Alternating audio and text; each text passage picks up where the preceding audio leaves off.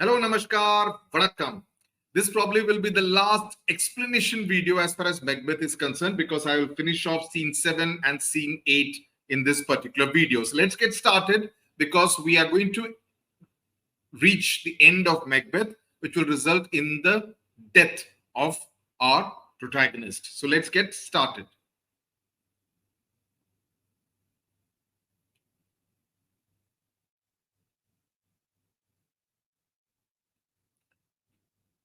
Okay, so you can see scene 7 in another part of the battlefield. Macbeth enters and he says, "They have tied me to a stake and I cannot fly, but bear-like I must fight the course. What is he that was not born of woman?" Remember the prophecy by the witches. Now, please remember that one out of the two prophecies has come untrue because the Birnam Wood has indeed moved towards Dunsinane. But he's now relying on the last prophecy, but somewhere at the back of his mind, he may be having a doubt that there would be a catch even in this prophecy. So he says, "They have tied me to a stake and I cannot run away. But bear-like, like a bear, I must fight. What is he that was not born of woman? Where is the man who was not born of a woman? I fear him, no one else. Such a one I fear, no one else I fear." So this passage is important, at least these two lines, or rather these three lines. What is he that was not born of a woman? Such a one am I to fear or none, right? So what is it that we are going to talk about? All those things come into play. Young Seward, who is the son of old Seward, enters the scene. What is your name? Okay, before that, let me explain to you this whole thing of the stake. See, please remember that at this point in time, Macbeth is feeling rather trapped. He's feeling rather desperate.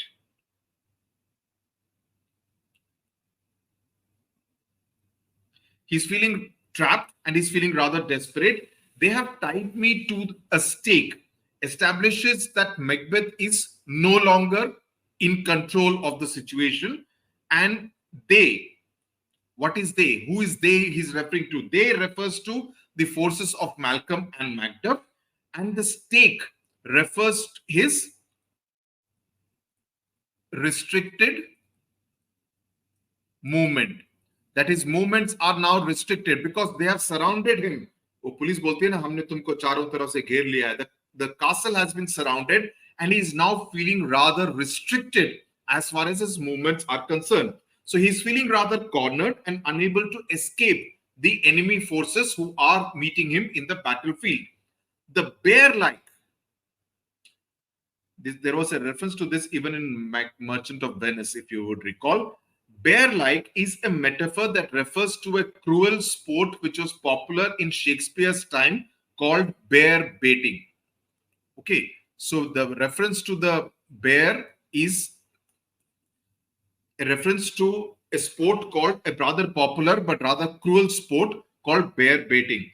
In this very barbaric entertainment that people used to indulge in, a bear was chained to a stake, to a plank, okay, and then wild dogs would be set upon the bear, which would obviously feel scared because the dogs would attack and bite. Okay, so Macbeth is comparing himself to the trapped bear who has been tied out there, cornered, okay, and he's forced to fight for his life, even though the odds, that is in the form of the wild dogs, are against him. That's what he's comparing. I must fight the course. What does that mean? I must fight the course. Then immediately there is a shift in Macbeth's attitude because earlier he used to think himself as invincible because unless the Birnam Wood would come here, he cannot become defeated. So because of the prophecies made by the witches, he used to consider himself as invincible, someone who cannot be defeated. With the movement of the Birnam Wood towards his castle, one part of that prophecy, as I said, has come true. Now he acknowledges his mortality, that he thinks that maybe he's mortal, which is why he wants to know where is that man who was not born of a woman. Okay, he points to the inevitability of the battle, of the fight. But then also there is some defiance. He wants to fight like a bear with the ferocity of an animal which has been cornered. The bear is cornered. The wild dogs are set on the bear. It is cornered. But the bear will still fight because all said and done, it's a wild animal. So he wants to fight with the ferocity of a wild bear. But it also shows to you the desperation. The comparison to a bear is a very effective comparison that Shakespeare has made, because one, people in Shakespeare's time when the play was staged would be immediately be able to identify and make the comparison when he says bear-like. They have tied me to a stake. At the same time, it also conveys that he's feeling rather cornered at this point in time. But fight, he will. Okay. So young Seward, he's asked, what is your name?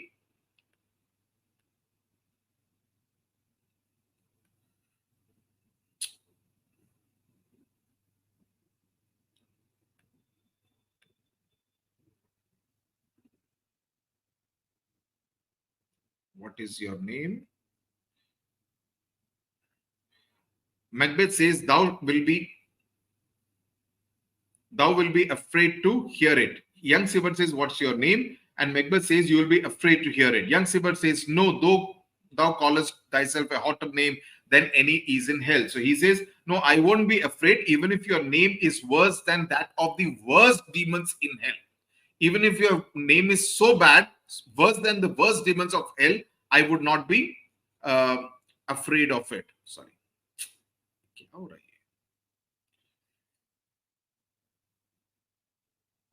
My name is Macbeth, he announces. The devil himself could not pronounce a title more hateful to mine ear. So he says, the devil himself could not have said a name that I hate more. That I hate more, my ear hates more. Macbeth says, no, be more, no, nor more fearful. So he says, the devil's name could not be more frightening either. Young Seward says that you lie, you abhorred, means disgusting tyrant, with my sword I will prove the lie thou speakest. That I will prove with my sword that you speak lies. That it cannot be more fearful. I will fight against you and defeat you. They fight, and young Seward gets killed at the hands of Macbeth. Oh, that means you are not born of a woman, Macbeth says. That means you are not born of a woman, but swords I smile at, weapons laugh to scorn, brandished by man that is of a woman born. So he says that thou was born of a woman. I smile at swords and laugh at any weapon which is held by a man, that is who is born of a woman. I laugh because I know it cannot kill me. I know that particular weapon, that sword cannot kill me, so I laugh. I am very cool about it. And then he exits, and Macduff enters the scene. That way the noise is, tyrant, show thy face. If thou beest slain, and with no stroke of mine, my wife and children ghosts will haunt me still. So Macduff is very keen that he's the one who should be killing Macduff. So he says, if the noise is coming from there, show your face, tyrant. And if you are killed without a strike, without a stroke means without a strike from my sword, my wife and my children's ghosts will haunt me forever. I cannot strike at wretched kerns whose arms are hired to bear their stay. So he says that I don't want to fight. Kerns are the lightly armed soldiers. He says, I cannot bear to fight the lightly armed soldiers who are only fighting for money because they have been hired to do so. Hired to bear their staves means they are only fighting for money. Either thou, Macbeth, or else my sword with an unbattered edge I sheath again undeeded. So he says that you must be over there based on that big noise. Since I'm hearing that noise, that clatter, you must be there, either thou, Macbeth, or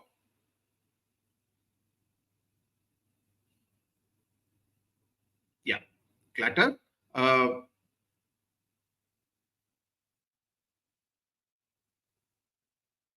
So he says that either I will fight or else put down my sword unsheathed. Okay, which means I will not use my sword. It will be unused. Okay, sheath again, undeeded means unused. Either I will fight or it will be, I will put down my sword unused. I will fight you. I don't want to fight any of the other guys who have been hired for money. So he says, you must be there based on that sound which I hear. Clatter means this sound, which he refers to out here, noise. He says, one of the greatest notes seems bruited. Let me find him, fortune, and more I beg not. So he says, it sounds like the bruited means the announcement. It seems like an announcement of some high-ranking man. Greatest note means of some high-ranking person. Let me find him. Oh, fortune, I ask for nothing more than that. So what he needs is Macbeth so that he can challenge him to a duel. And then he exits. At that time, Malcolm and Seward enter. This way, my lord, the castle gently rendered. The tyrant's people on both sides do fight. So he says, my lord, come this way. The castle has surrendered without a fight. Gently rendered means surrendered. Gently means without a fight. They did not put up any resistance. They did not show any resistance. The tyrant's people on both sides do fight. That Macbeth's soldiers are fighting on both sides while our thanes are fighting bravely. Okay. Are fighting bravely. The victory is almost yours. The day almost itself professes yours. The little is to do. The victory is almost yours. Professes yours means the victory is almost yours and there is very little left to do. We have met with foes. Our enemies seem to be trying to miss when they strike at us. You know, that they don't seem to be finding their mark. Seward says, enter, sir, the castle. And they exit the...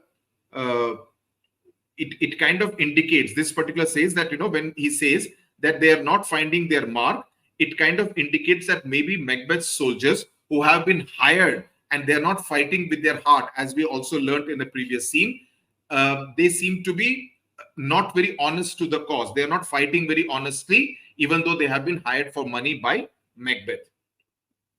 Now let's move to the last part of the scene, which is scene 8, which in some scenes, in some books, it will be scene 8 and scene 9. Okay. So anyway, we'll do it in the same video.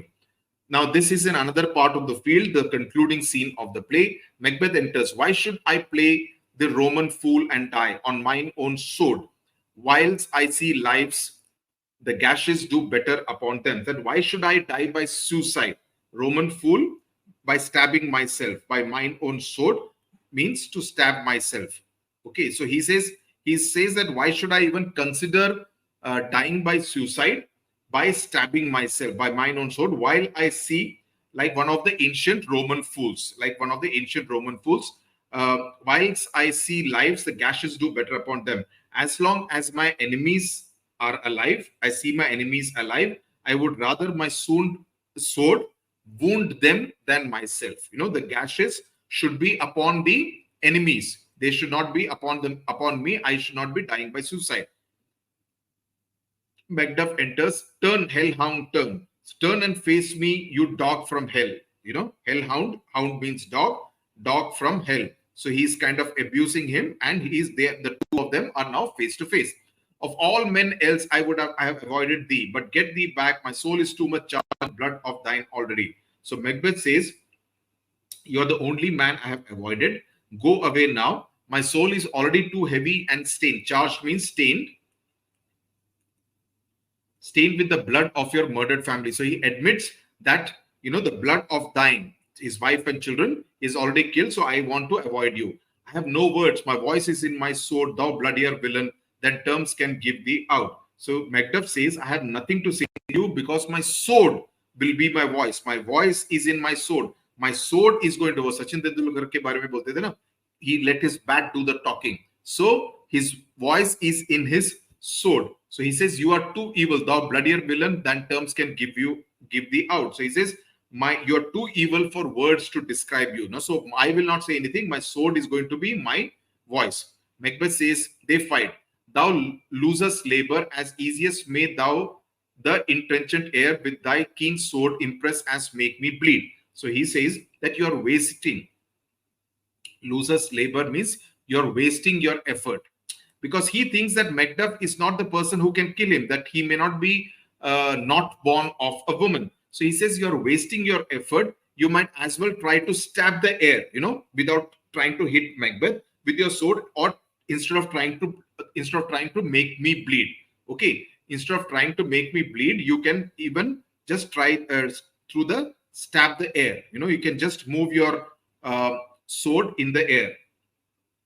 Use your let fall thy blade on vulnerable crest. I bear a charmed life which must not yield to one of woman born. So here he discloses how invincible Macbeth really is. So he says that I lead a charmed life. Charmed life means I lead a life which is a blessed life. I'm almost like, it's almost close to immortality. I mean, in terms of, no man born of a woman can kill him. So he says that I lead a charmed life. I cannot be defeated by anyone who is born of a woman. Macduff says, despair thy charm, and let the angel whom thou still hast served tell thee, Macduff was from his mother's womb untimely ripped. So Macduff is the man who does not qualify that particular condition. So he said, then you should despair your charm. You despair your charm because the evil spirit, though he's using the word angel, it's almost like sarcastic. So he says that, the angel who told you, okay, that I was not, can tell you that I was not born of a woman. I was cut off from my mother's womb before she could naturally deliver me. Okay, so it's referring to a cesarean kind of an operation with which he was delivered. So it's not naturally from the mother's womb. So that's a distinction they are making. Accursed be that tongue that tells me so. So he says, curse that tongue for telling me this, because now my courage has deserted me. So he's cursing that tongue because now it has been revealed to him, and immediately Macbeth feels that his courage has deserted him, because that's what he has been told, that he would be killed by a person who was not born of a woman. Okay, for it hath cowed my better part of man, because courage was his strong part. Macbeth, the soldier, was a very celebrated commander, right? That we saw in Act 1, Scene 2 itself. So that was the better part of his, but now it has deserted him. And be these juggling fiends no more believe that palter with us in a double sense. So now he's realizing he has been trapped. In the last scene, Macbeth realizes that he was a fool in believing those witches. So he says, I no longer believe in those evil friends, evil creatures, juggling fiends. They trick me with this double meaning word games, raising my hopes only to destroy them. They keep their word of promise to our ear and break it. They raised my hopes, almost making me think that I'm invincible. But now they have kind of cheated me, and I will not fight with you, because he knows that he cannot win against Macduff. Then yield thee, coward, and live to be the show and gaze of the time. We will have thee as our rarer monsters are, painted on a pole, and under it here may you see the tyrant. So Macduff says that in case if you do something like that, 1 second.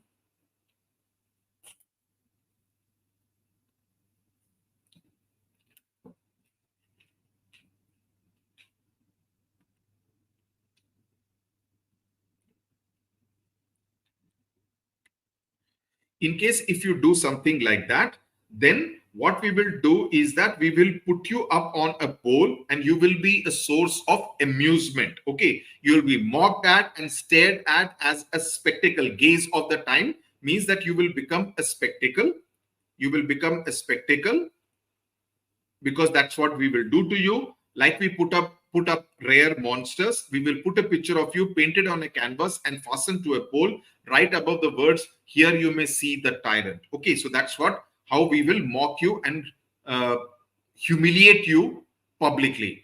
Macbeth says, I will not yield to kiss the ground before young Malcolm's feet and to be baited with the rabble's curse. So he says, Macbeth says, I am not going to surrender and kiss the ground in front of Malcolm's feet, or be taunted by or mocked at by common people. So I will not. Rabble means crowd, the crowd of people. I would not do that. So he says, though Birnam Wood has come to Dunsinane, did come to Dunsinane, and I'm fighting a man who was not born of a woman, I will fight to the end. Yet I will try to the end. Try to the last means I will still fight to the end, even though the two conditions indicate that I would be killed.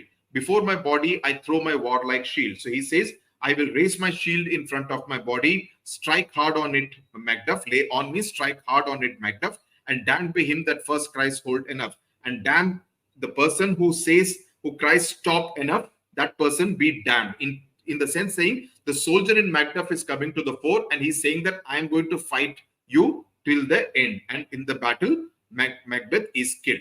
Okay. Now, in some editions, scene 8 ends here, and from here it is scene 9. So if there is alhamdulillah, but there is no difference in the text, so we will continue in the same way. Malcolm says, then Malcolm enters after Macbeth has been killed.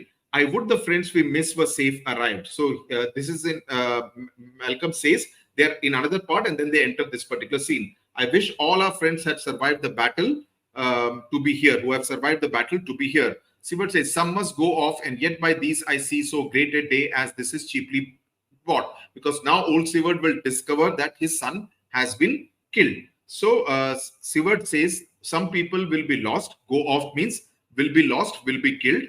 Okay, will be killed. And yet by these I see so great a day as this is cheaply bought.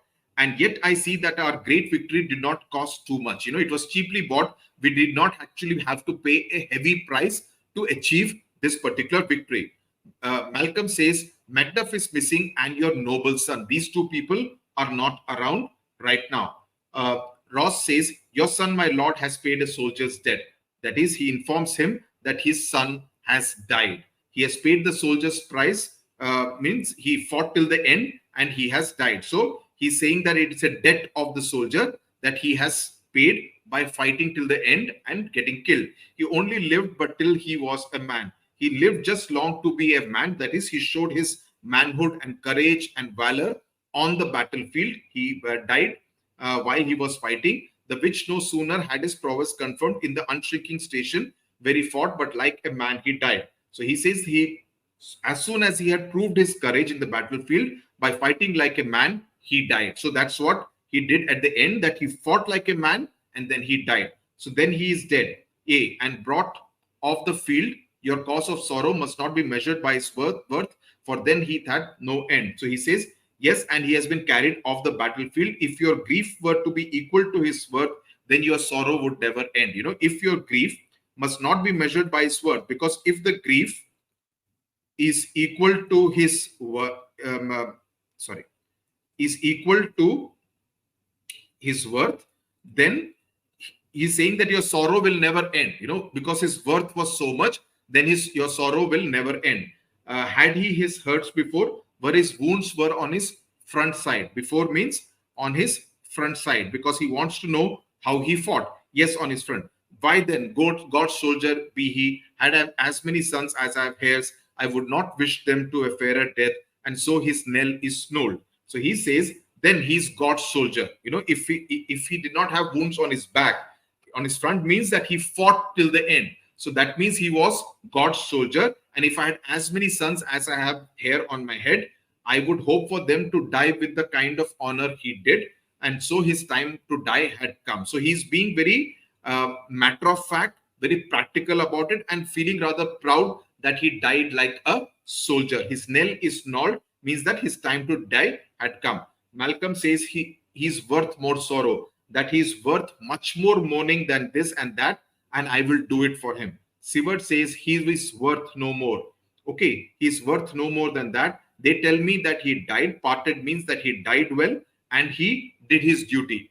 This is performed his duty. He died well, fighting like a soldier, a true soldier. And so God be with him. Here comes newer comfort. May God with him. Here comes better news, because Macduff is entering with Macbeth's head. You remember Act 1, Scene 2, where he had spoken about, and in that video I have spoken about how the rebel guy, Macbeth, had put it on the sword. So it's very similar. At that time also I had said that this is precisely what happens to Macbeth at the end. So that was some kind of a foreboding of what will happen to Macbeth himself at the end of the play, and that's precisely happening. Macbeth enters with Macduff enters with Macbeth's head.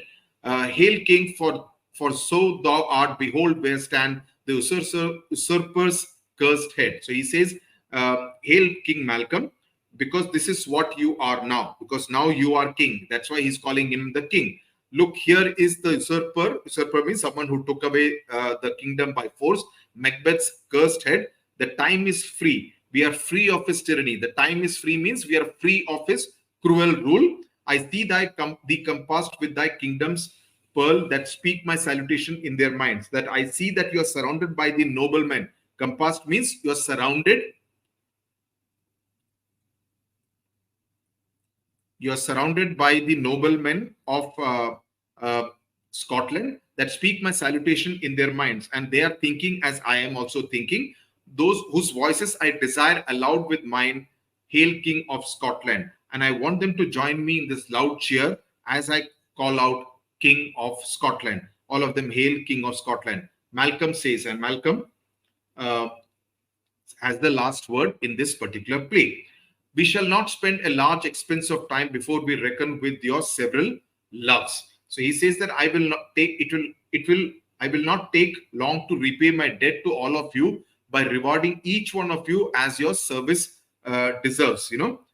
Your several loves make us even with you. That is, I will repay the debt very soon. I will not take much time. My thanes and kinsmen henceforth be earls. That I will name you all as earls, the first earls that Scotland ever had. That all you thanes will now be known as earls. Okay, so he's changing the titles.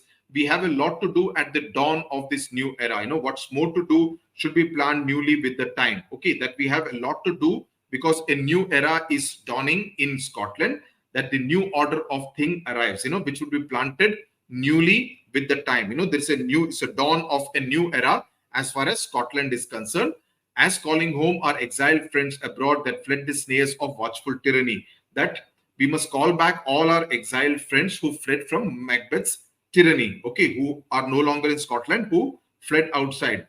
We must also producing forth the cruel ministers of this dead butcher and his fiend-like queen. So now Lady Macbeth also being referred to as a devil-like person. So he says that we must also bring to justice the cruel ministers of this dead butcher. Okay, so this is again an important key phrase, that reference to them as a dead butcher and his fiend-like queen and his demon-like queen, who is believed to have killed herself, took off her life. This and what needful else that calls upon us by the grace of grace. So whatever God calls us to do by the grace of grace, we will do it at the right time and place and in the right amount, measure. That we will do it in the right amount. We will, do all the right things in the right way at the right time and right place. That's what Malcolm is trying. So he's kind of saying all the right things in front of all the things who he has renamed and retitled as earls. He says, I thank all of you. So thanks to all at once and to each one whom we invite to see us crowned at Scone. So Scone is a place where the crowning takes place, just like earlier it was done for Macbeth. So I invite you all to come to Scone to see me crowned as the King of Scotland. The play ends, the curtains are down. So with this, we have come to the end of the explanation videos on Macbeth.